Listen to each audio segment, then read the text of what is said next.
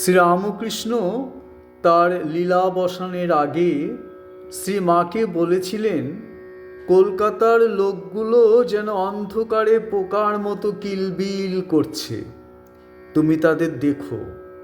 জ্ঞান বৈরাগ্যের চেয়ে একটু শান্তি, স্নেহ ও ভালোবাসার আশাতেই মানুষ ভিড় জমাতো বেশি।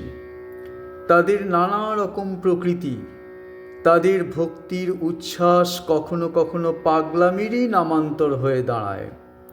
কেউ এসে হয়তো মায়ের পায়ে মাথা ঠুকে দিল খুব জোরে, কেউ বা মায়ের বুড়ো আঙুলে কামড়ে দিল প্রণাম করবার সময়। উদ্দেশ্য, মা তাকে মনে রাখবেন।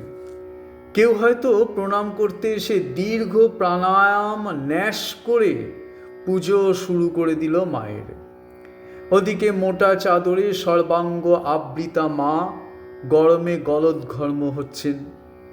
মা এইসব ভক্তির উপদ্রব সহ্য করতেন হাসি মুখে। প্রতিদিন প্রাণ ভরা আকৃতি নিয়ে অপেক্ষা করতেন ভক্তদের জন্য। মাঝে মাঝে শোনা যেত মায়ের অনুচ্চস্বরে আন্তরিক আহ্বান, ছেলেরা তোরা আয়। তাই কোনো দিনটি কৃপা বর্জিত হতো না। কোনো না কোনো সন্তান জননীর আকর্ষণে এসে উপস্থিত হতো। অনেক অশুদ্ধ চিত্ত ভক্ত এসে মাকে প্রণাম করে। তাদের স্পর্শে মায়ের শরীরে অসহ্য জ্বালা যন্ত্রণা হয়।